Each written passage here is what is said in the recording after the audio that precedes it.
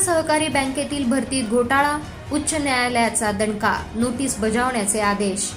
अहमदनगर जिल्हा सहकारी बँकेतील भरतीत घोटाळा झाल्याचा आरोप करणाऱ्या याचिकेची मुंबई उच्च न्यायालयाच्या औरंगाबाद खंडपीठाने दखल घेतली असून बँकेचे अध्यक्ष आणि भाजपचे आमदार शिवाजी कर्डिले यांच्यासह सर्व संचालकांना नोटिसा बजावण्याचे आदेश न्यायालयाने दिलेत। जिल्हा सहकारी बँकेवर भाजपचं नेतृत्व आहे।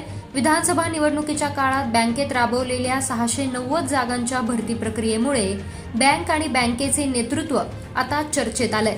या भरती प्रक्रियेत गैरप्रकार झाल्याचा आरोप करणारी याचिका 2 उमेदवारांनी मुंबई उच्च न्यायालयाच्या छत्रपती संभाजीनगर खंडपीठात दाखल केली।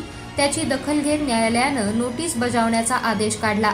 याचिकाकर्ते उमेदवार विशाल गोरे आणि राजेंद्र वैराळ यांनी बँकेचे अध्यक्ष आणि संचालक मंडळाने त्यांच्या मर्जीतल्या विद्यार्थ्यांना जास्त गुण देऊन मुलाखतीसाठी पात्र केल्याचा गंभीर आरोप वेगवेगळे मुद्दे उपस्थित करत न्यायालयाचं लक्ष याचिकेमार्फत वेधलं।